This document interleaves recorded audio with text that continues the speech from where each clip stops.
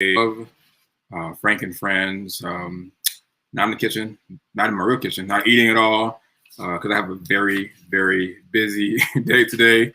I got a phone call out of nowhere to the Cubs, who I work for, if you don't know or not, wanted me to do a recording on the field for their Juneteenth production. So I've been in this. As you can see, this is the new City Connect Cubs. Can you see that there? The new City Connect Cubs jerseys and hat there. So I had to put that on. I went down there to do that. And I've just been rolling ever since. And I'm supposed to be on vacation, by the way. But I'm glad to be back today because I got a good friend of mine who also is a former Cubs employee. And today, as you saw from the title, it is all about cruising. I cannot wait to get back on a cruise.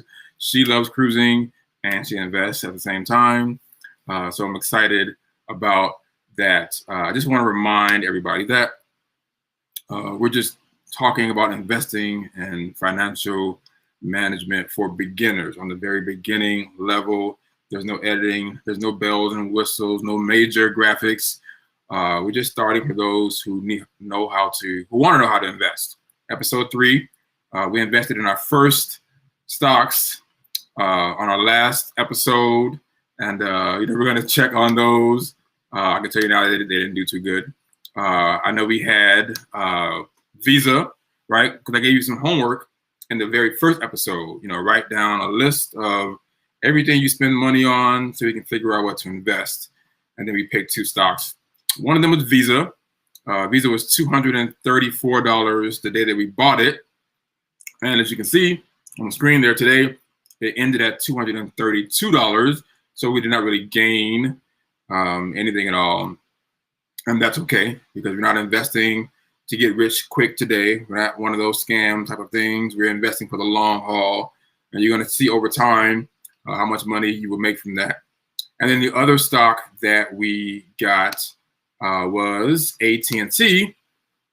And back then it was $29 and today is $28. But the good thing about both of these stocks is that regardless of if they go up or down, you're still going to get dividends, which is the word of the day for today. And my favorite word, the reason why I was able to start my retirement at the age of 40, we're going to talk about that. But before I go any further, I do want to bring on our guest for today, because we are definitely talking about cruising. That ties into investing as well. And she is a good friend of mine from way, way back. And she is here joining today. I got to correct her name because she's not Hunter anymore. She got married and moved on up a little higher. She's now. But Ericka, welcome to the show. Thank you. Thank you for having me. Now, before I even begin, because we have a little White Sox Cubs war back in the day going on, I do want to admit that I love the White Sox new City Connect jerseys. So do I. And I love the Cubs new ones. They're really nice. I didn't like it at first. I like it now. But when I first saw it online, I'm like, because I saw the Sox first.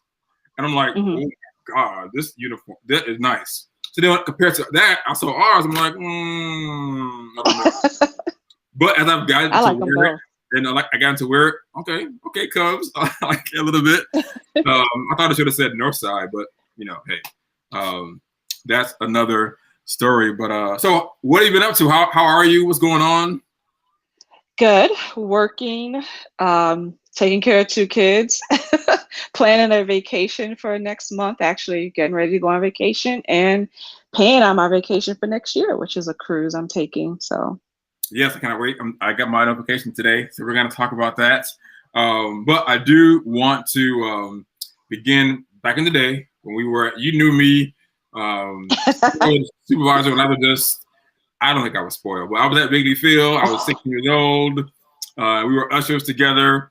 What was your experience first? Before we get on me, what was your experience like working for the Cubs back in the day? I thought it was a lot of fun. Huge family atmosphere. Everyone got along. A lot of drama. of course, but what do you expect with family members that, so many of us. But it was great, just all the games being there live and just the energy that was in the ballpark. It just felt great to be part of that crew. Now, there was some drama, but we had a close-knit group, I think, of people. As a matter of fact, we still are in communication still, somewhat to this day. Now, for those who are still with the Cubs and know me now, they know the supervisor version of me, but you know the other version. So what was it like working with me back when I was not a supervisor? I was this young, not spoiled 16. usher. Oh, okay.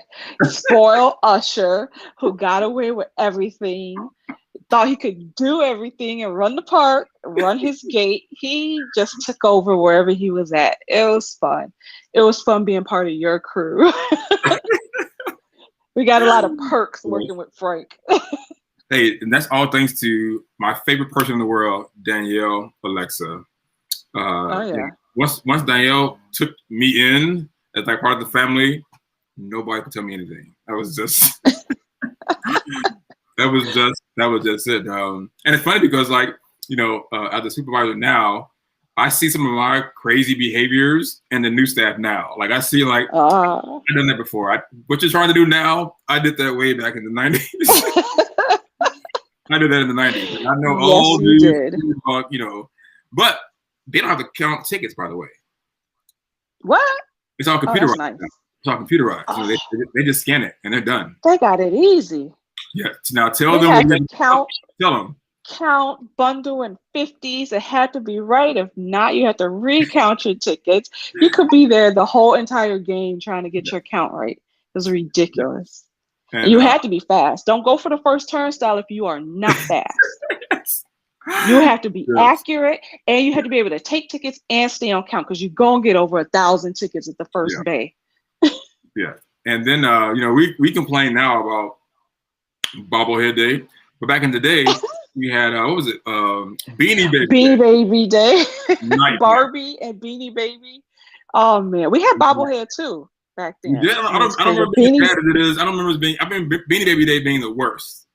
Beanie Baby was the worst. What parents taught their kids about lying and saying it with a straight face, knowing they lying. It was just like, are you kidding me? I just saw you at the other gate. You go tell me you've never been in the park. And your mom standing outside with like a handful of tickets. I'm like, okay. Yes. And that still goes on today. That's crazy. That's crazy. Right. So you're about to go on vacation, but I want to talk about one quick thing first, and that is we have actually spoken on the phone, I believe, about investing. So tell me about, why you wanted to invest and where you are now with it, personally. I wanted to invest as an option outside of my regular job's 401k to have a backup plan in case anything happens. We all know Social Security at this point is probably not going to exist by the time we're ready to retire. So I want to make sure I had a backup plan for me and my family in case something happens. And, I still regularly invest, twice a month. I try to put in what I can. I'm doing okay. I'm not up there with you, Frank, on your status, but, Yeah, but I've been doing it for years, though. I've been doing it for, how long have I been doing it, though? So, I mean, it's hard to compare, Sure. Because it hasn't been a year yet for you, right? I think it made a year back in May.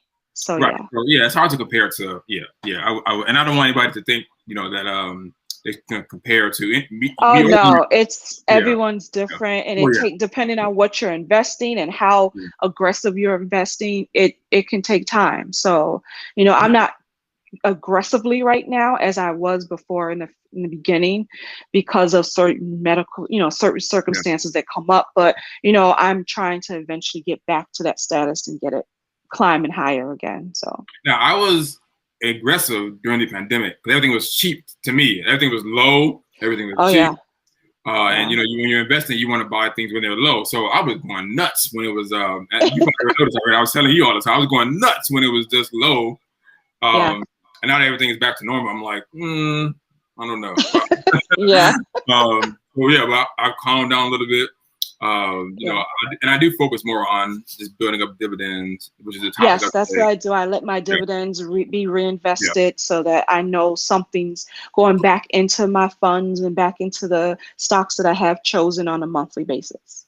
right. Which is actually the word of the day today for those that are learning how to invest is dividend. Now, I think that dividends are a well kept secret because when you hear about investing, people always tell me, people that don't know anything about it tell me, I don't want to invest because I got to put up money that I can't touch for years and years and years, even though that's a good thing, by the way. But even though that's a good thing because it will grow, dividends are things that you can actually get now. And if you are, Hmm.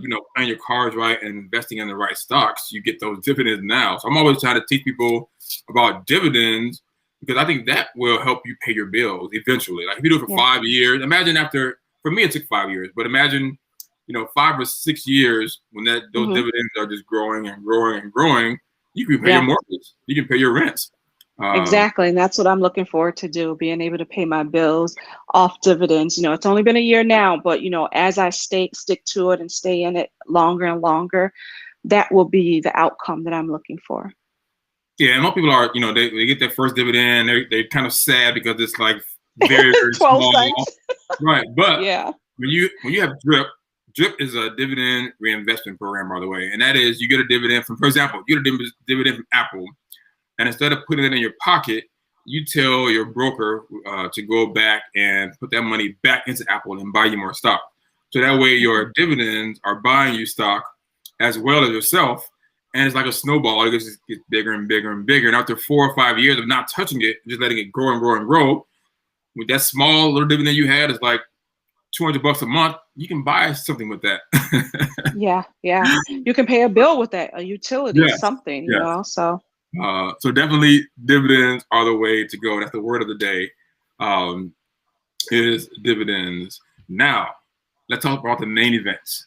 And that is we both have a love for cruising. Cruising. And now, me first though, I'll tell you this. I avoided it for most of my life because of the Titanic and Jaws and water and all that kind of stuff, right? So my first cruise that I did, which was a group of young people, youth group, I think I did a youth group, and then I went out and got a inside cabin. I didn't want to see the water. So inside cabin for those people that don't want to see the water, they just want all four walls or whatever, right? My first cabin, and let me tell you, I had so much fun on that cruise that now I can't imagine not going on 2 or 3 cruises a year. Like, what was your first cruise? I think my first cruise, I might have been 19 or 20. I think so. It was some time ago. It was just out of blue. We wanted to just try a cruise, me, my mom, and my brother. And we did the same thing. We had an inside cabin.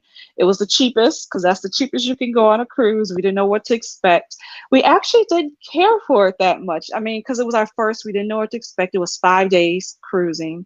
And we were on Royal Caribbean, I think. And we just didn't know what to expect. And we were like, it's not as great as we like. Let's try a different boat or a different, organization. So ever since then, we were going every year after that. Yeah, my first one was Carnival, which is the fun ship, and Yes. I did do Royal Caribbean the next time, and I went on the something of the seas. It was huge. I forgot what it was. Allure of the Seas. Allure. Huge. I mean, I think at one point it was the world's largest. At one point, had an ice skating Hmm. rink, had 7 neighborhoods, Yeah. uh, comedy club, nightclub. Yep. They have Broadway plays. I saw Mamma Mia. Yeah. Um, I so, saw Grease. oh, yeah. So I I was think, on the sister ship 2 years ago, Harmony of the Seas, and yeah, it yeah, was great. yeah. So the difference between the two to me is Carnival is the wild, fun, partying. It's the bleachers of cruising, in my But opinion. it's also more family friendly, believe it or not, Yeah, than I Royal. will admit that because I took my little cousin, my family with me. I took my cousin with me on the cruise. I never saw them again. Like they went to the kids club stuff, and I was okay with that. Like Yep. Yep. I would go to bed, they wouldn't be there. I wake up, they'd be there, and they would be in the kids club doing their stuff with them. So hey, and it's free. Childcare is free. Childcare is free. It's the best thing ever. When we went, Yes. my brother I think he was maybe 7 on his first cruise, and we never saw him either. And people were like, "Aren't you afraid that where's he going? He's on a Right. boat. Yeah. He's at the kids' Yeah. club, making friends, having fun. We ain't got to see him. We see him for bedtime, and that's it. And then he wakes up, have breakfast, and he's off again, and that's it." They have all the best video games that you can imagine. They get to Yeah. play them all day. They feed them. They I feed mean, them. yes. I They mean, take them to shows for you, so you don't have to try to pull them to shows with you. They take them. It's like, okay, fine, have fun. yeah. But yeah, if I had to compare the two, because I was when I was on Royal Caribbean, even though it was a massive ship, the demographic and the age was different. Yes. And I just The felt more atmosphere. relaxed. I was more relaxed. Yeah, I was. It was more like I said. I think I compare Carnival to the bleachers at Wrigley Field, and I compare Royal Caribbean to the Lower Bowl, the main seating area. Sort of like an older crowd, and but I had as much fun. Now, here's a question for you, because everybody always has different opinions on this.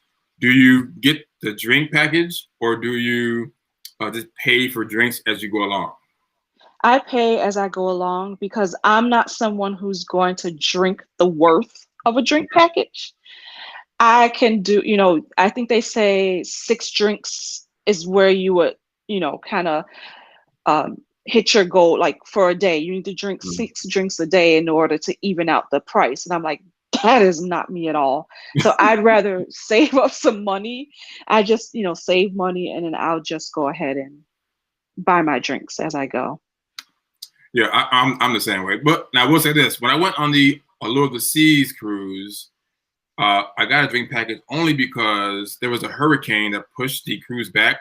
And if you are new to cruising, if for any reason a cruise has to be rescheduled or postponed, it's not your fault, the cruise line will give you so much money that it's unbelievable. Because I'll get to this in a minute. But so I used that money that I got, which is $300, I think it was. I got all that money back. And I got a refund, by the way, for the cruise too. And I got to go on half of a cruise. But I used that money for the drink package. And Nice. I was able to get some of everything. And I'm like, this is not, I would never have paid for it. But just being able to get it, it is a different level of, It drinking. is. Yeah, it's like going to an all-inclusive resort. You're just like, okay, it's there, drink. Now I do a segment on here called Stocks in the News, and there is a new Carnival cruise ship that is in the news. And for those that have my investment magazine, if you don't have it, actually, I'll put it down in the show description, show notes. But there's an article about the brand new Carnival ship, which, by the way, I got up at 4 a.m. to watch come to the U.S. Live, and it is the Carnival Mardi Gras that I'm going to be on next August. What do you think about the new Mardi Gras? What do you think about the Mardi Gras?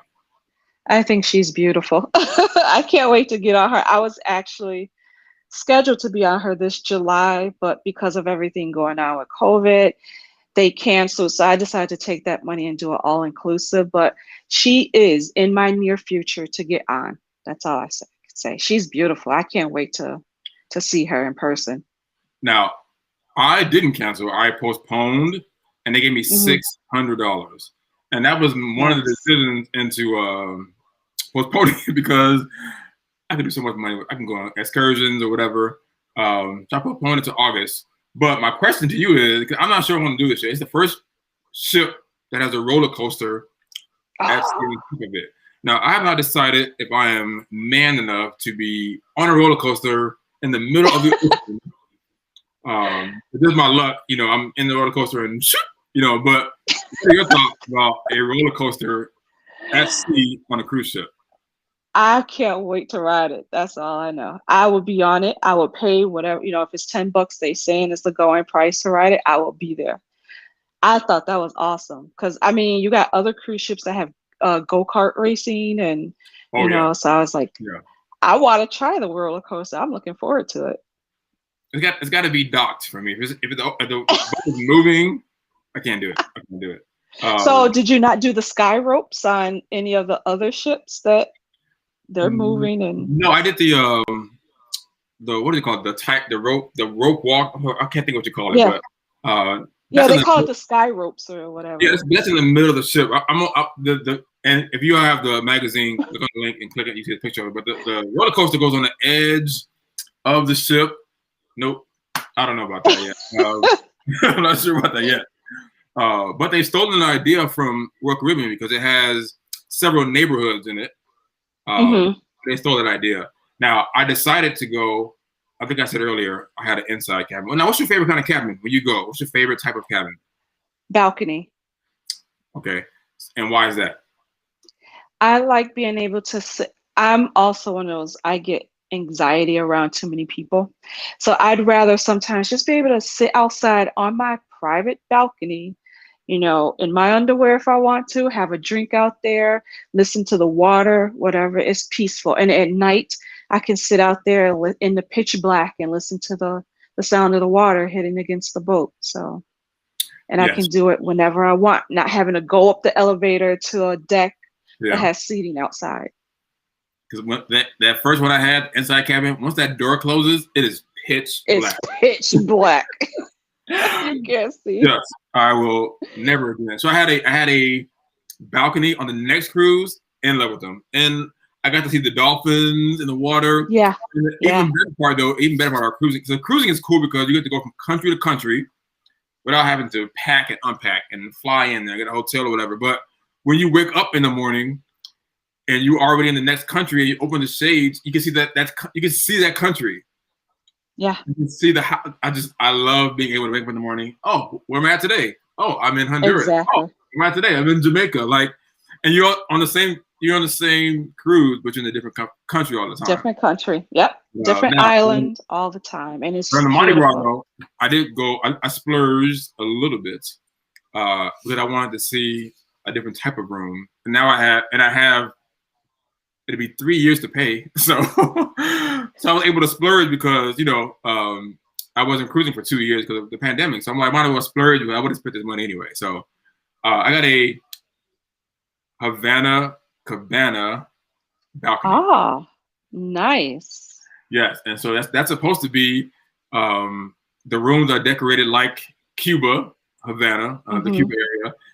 You have a little porch with a hammock in it. And you have your own little balcony, but you have your own also pool area. It's like a separate area from the ship because pools can be kind of crowded. So you have your own pool area. So I splurged a little bit. I don't really call it that because again, I'm paying over 3 years, so I'm not really splurging, but it sounds decent. I decided why not get a bigger room just to try it out. Because when is it going to happen again? When will there be another pandemic? So is it actually bigger, or is it just the deck and balcony that's bigger? So I think it's longer because there's a bedroom area, and then there's like a little it's hard to I'll put some pictures in the magazine, but there's like a bedroom area, and then there's a separate living room area that's behind this curtain that you're going up, and then there's a porch that has the hammock and all that cabana type of thing. So I think it's a little bit longer, same width probably. Okay. So I think it's a little bit longer. Now, is there a certain type of cabin that you've seen before that you want to get on your bucket list? Yes, I want one of those suites with the wraparound at the back of the boat that has the wraparound deck. Oh, I want one of those. Okay. That's in my future one day. I'm not usually in my room that much though. So I feel I'm not either, but I do like to lounge on a balcony, and I want a nice sized balcony to do it. I'm more so looking at it for the balcony than the room itself. And it's funny because I'm an introvert, but cruising, there's so much to do on cruising that I'm out of the room. And I'm an introvert. I don't really do as much. I'm not after the game, Frank, let's go to Murphy's. I'd rather just go to my own house, my own home. I'm tired of people. On a cruise, I can be out all night. I can just all night. Walk at a lounge, go, check out a club, check out a game show, check out, comedy club, whatever. I'm probably going to do a Cubs related group cruise. I'm going to let you know about it, but that would be nice. I feel like everybody, not only should everybody invest, I feel like everybody should go on a cruise. Yes, they should, at least once in their life. I just think that they should so much. But thank you very much for talking cruising with me today. I got to catch you at Wrigley Field whenever you go. I am going to go to the Sox game to see Tim Anderson. Huge fan. Huge. Awesome. Huge On a podcast. I'm trying to get on. I've been talking to some people, trying to get him on the podcast that I have outside of this. But thank you very much for coming on, and we'll chat soon. Thank you for having me. It was fun. All right. Have a good night. Thanks. Good night. All right. So that was awesome having a good chat with my friend who started with me with the Cubs, who also is investing, and also a huge cruise fanatic like I am. So I want to end, though, by having us go ahead and get another stock. But before I do that, I want to pull up Robinhood real quick. I use several different platforms to invest in. But I want to pull up Robinhood real quick, and I just want to show you some techniques so that you're not just going out buying any kind of stock. I at least want you to learn how to buy stocks if you're investing for the long term. Right? We're not here to invest short term, try to flip some money tomorrow. We're trying to make money that we can live off of so that you can retire and have your dividends pay your bills for you. So I want to give you two examples of how to do, stocks, how to pick stocks quickly. If you want to do it quickly, you don't want to research, but you should. So for example, I'm going to go to Amazon on Robinhood. This is how the screen looks there. Amazon, see those nice little numbers there from Amazon, right? But this is the 1 day. See at the bottom there, 1D. I always go down to the 5-year chart and look at its performance over 5 years, right? And I see that Amazon is continually to grow, okay? So this is a stock that I'm willing to go ahead and invest in. I call it a swan stock, sleep well at night. On the flip side, though, let me find another stock here. All right, so I'm talking about long-term investing. Right, 10 years from now, company that you can invest in and they're going to be around and thriving. So if I go to, for example, and this is not telling you not to get this stock, I'm just showing you how to use this platform. But for example, here is Macy's. This is the 1 day chart. How not that good today, 51 cents. But if I were to go to the 5-year chart, what it has done over the last 5 years, one, it's red. So it's a stock that I personally, this is for me, would not invest in. So if you choose to, you might be going to invest, you're trying to get rich quick today. So you may invest in it and you're going to watch it and watch it and watch it and pull your money out and then whatever. That's fine by you. I like to invest with the least amount of risk as possible and collect dividends, which is what we teach here today. Now, speaking of Amazon, I do have some shares of Amazon. I believe that Amazon is going to be here for a while, so I invest in that. You saw that price there. It says what? $3,492. That's a lot. Everybody can afford that. But next week, I'm going to show you about fractional shares, which is going to be the word of the day. Next week, fractional shares. I'm going to show you how you can get some Amazon stock for $5 or $10. We're going to go that way. All right. So let's buy a stock today, though. Okay. I told you to make a list of things that you spend money on. One of the things that I spend money on a lot is groceries, and I get those at Mariano's, which is owned by Kroger. The market is closed when I'm recording this, so I can't buy it now. I'm going to put an order in for it now, but I can't buy it until the market opens. So this is Kroger. It's $39.18 today, right? Looking at the 5-year, I can see that it's pretty good. It's in the green, but towards the end there, as we see, it's picking up and growing. So Kroger's doing good. It also gives a dividend, which you can find down at the bottom there. Dividend yield, which we're going to talk about on one of our episodes.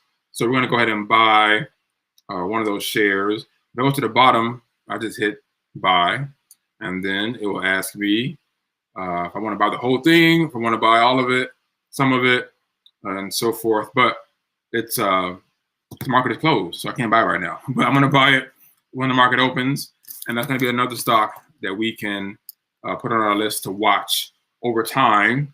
So far we have Visa, AT&T, and Kroger, all three that pay dividends out. that we're going to watch together.